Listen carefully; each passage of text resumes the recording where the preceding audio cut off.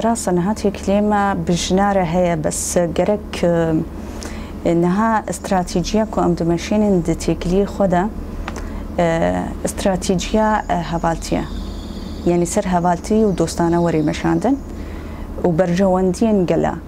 انها ام وك دبلوماسية ام دبيشن وك دولتك وسر مصلحتين دولتاتي مشاندن قل وشن وزاروكتين قربان نايما ام سر اساسكي هبالتي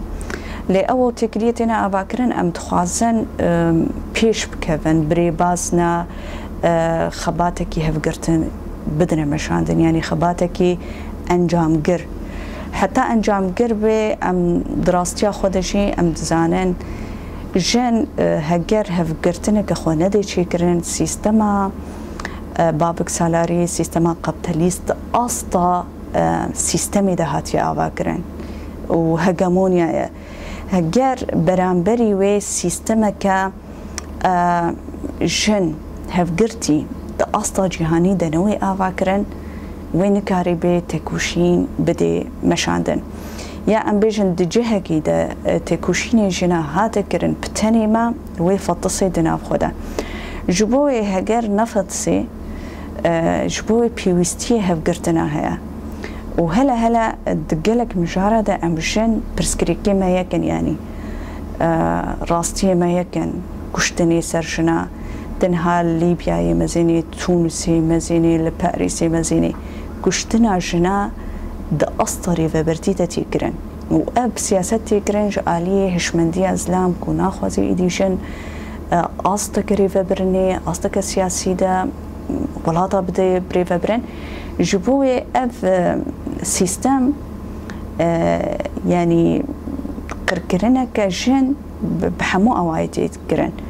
يعني ام بيجن بريا چند روجاجي بلكي بيرانينا شيرين ابو عاقلاتك هاتا قرن جنك فلسطيني وراستيا شورشي دانر خاندن فنتني دا استا يعني ازبيشم دا استا راگهاندن دبی دا اصلا سیاسی دبی دا اصلا چشن دنگی خود رخص تی فتساندن شویشی پیوستی ما گلکی به هفکرتنا هی انها ام ده چند جهادا ما جهد گرند روجلاتانا بین دو کمشاشنی جهانی هیا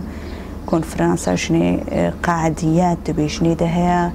هر وها انسیاتیفا لدیجی دا گرکری و قرکرنا جن شبو آشتی و آرامی هیا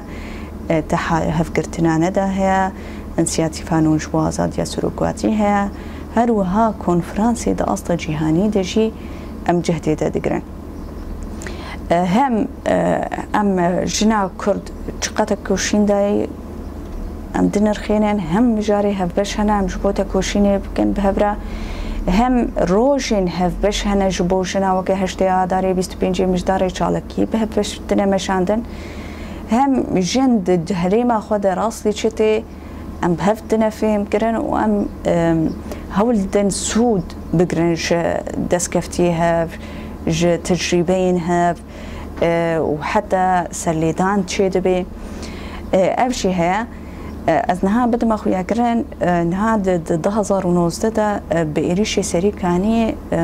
قلق چالكي تشيبون دا اصا اوروبا دا شبو بشكريا روجابا دوی دمی دا قومیتی جن روجاوات پاریزن هاتن چیکن بیک هاتی جودانا ریخستنی جدا جنن زمان جودانا قومیته هاتنا آواکرن و تیبت اف قومیت سو پنج قومیته هاتنا آواکرن دوزده ولادا جبو بشکریا روجاوا تی مصلحتی و بروجاوا رنینه لی سر اساسکی دوستانا راستی کو اف شورش خور الهام دیتن جبوجي اف قوميتا مان نها تشتعدا ددما ايريش سر روجاواتي كرن او بيرا درابن چالاكيتك رخنتك بشكري ددن جبوجي اف جرينجا ام دبينا مثلا شورش روجلات ايرو تقاسي باندور بو بشورش روجاوا شورشا كزيان يعني مثلا دبن سلوغانا جنجيان آزادي قالك أخوست و سلوغانا جنجيان آزاديش كوكاوي قد كان لدراستي خودش فكر و فلسفه ریبر آپو كو دياري جنا آزاد جنا كردي آزاد كريه ليه ام دبينن او شورش يعني ددما كده برفره بو سلوغانك بشكري يعني ام بيجن شورشك بشكري اصلك برفره دقرت ليه حتى رجا ايرو دار فكرنتي كرن جنتينا قرتن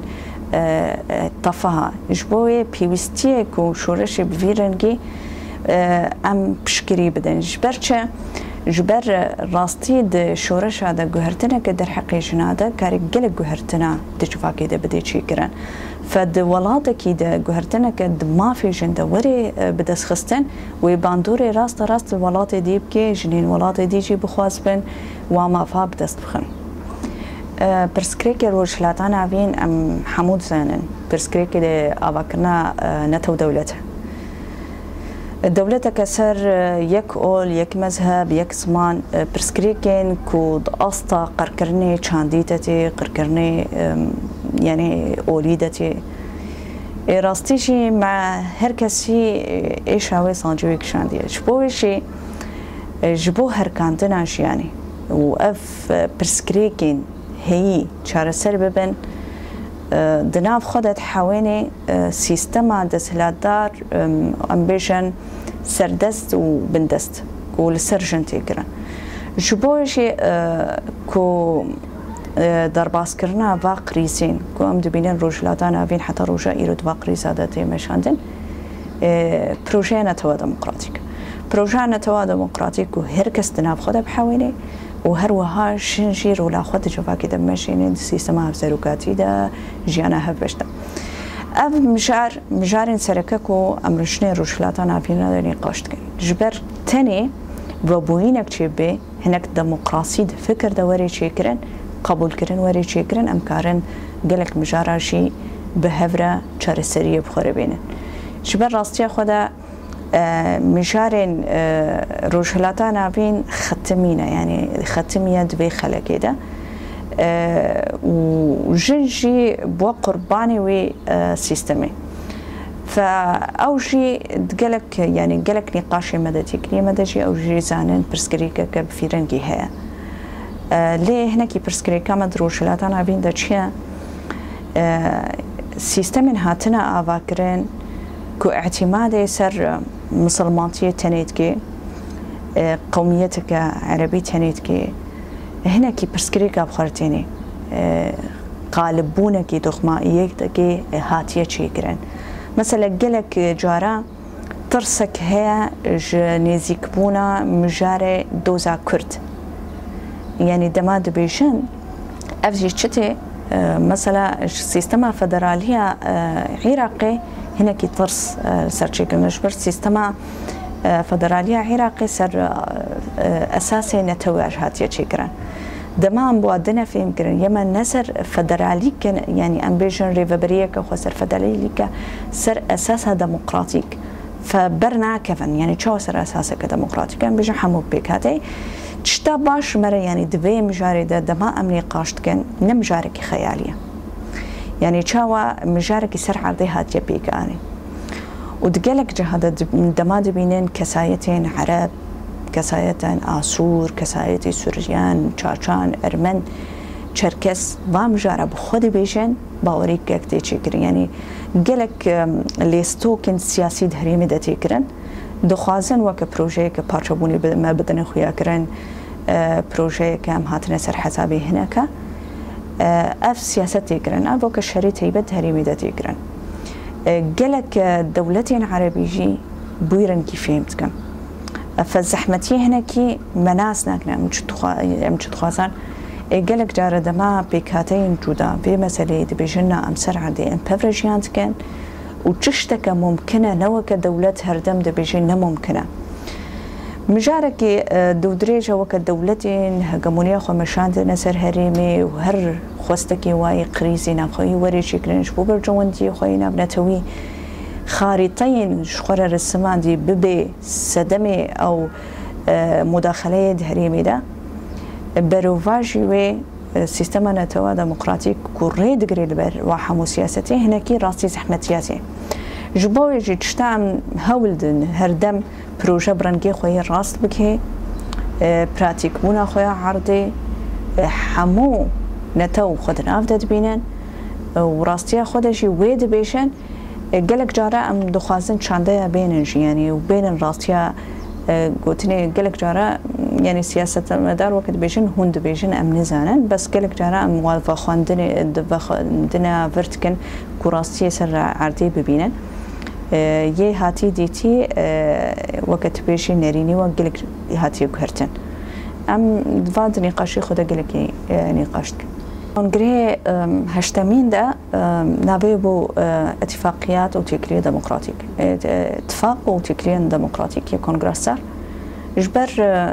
هنا کی تیگینا دیپلماسی شش دفیم کرن دیپلماسی تی آوا کرن سر آستک فرمی دیپلمات یعنی ده آستک فرمی ده یما بهتر آستک ریخستنی ده جبوه وديوا دبلوماسي بهتر دولة بدولة رتكي يما أصلا اتفاق وتيكليده يعني ريخستن وكسايات وفيرنجي وده أصلا كديمقراطيك ده يعني كسين ديمقراطي خاص ليه الكونغرس يميدا وكا مثلا قلتنا سياسي سياسة ديمقراطيك سياسة كومان هاد نقاش خود قوتي نتوا ديمقراطيك أموي سياسة ديمقراطيك الدنيا مشاندن قالك برسكريكيري خستني جناتشي هيا دا أسطر وشلاتانا بين دا يعني دا أسطر جهاني دا دما تدبيشيري خستني كشن جواوية تاني در حقي مجاريشن دا نقاش كن قالك شوان كان بريار جبدا اللي تاني دوا مهتم دا مسألة توعية دا بانيلا دارخن بفيرنجي خود أسطا سياسي نريني سياسي بدناك حتى قالك جارو وركشوب تشيدبن أتوليا تشيدبن دبيشن هجر مجار سياسي بيني قاشنك جبلي ويسر مجاريشن بآخرة ليس الراستيا ويس سياستها هاري زيد السر شناتيكر وأم نرينا مدفيد الجداية جركشن بشتاري سياسي ببين ويما أموكا كونغراستار سياسة ماجي هيا نريني ماجي هنا وأمشي شبو بيش الرجاء هاري مني قاشتك فأم سياستنا قطن كوراستيا ويسروكاتي دبيشن سياستك ريفا برناج فاكي خبخوا أم خدنا بدا دبينا نوكا قلق ريخستني جنا خوش درفي ويدبينا فأم سياستي جاد إرساس تقران ونريني خوي سياسي جي هنا وسياستها ديمقراطيك أساس خورد كران فقوميتا سياسي هم سياستين كونغراستار درسميني هم وكد آليتي كليادة بيكتيني ددي ناس كران طبعا نقوميتا تاني بدين مجلسك كونغراستار هي وسياستي ددي خويا كران ودرياتي كليادة أم كاربن وسياستي هريزيدا بنرخينه قالك مجاري سياسي ده داخل يعني ما هنا نريني ما هنا ماشي ما هنا سكني ما هنا جداي قالك ريخستني جناكو به الوست مين أذنا بحثا دهري ميدتكم قالك ريخستني جنا دمات نقاشة كبارت كده بيجي دفي مجاري ده ناري ناخد عدم سياسي نا دفي مجاري ده شخو أم ناري ناخد وان بيت خوازن يعني في رنكي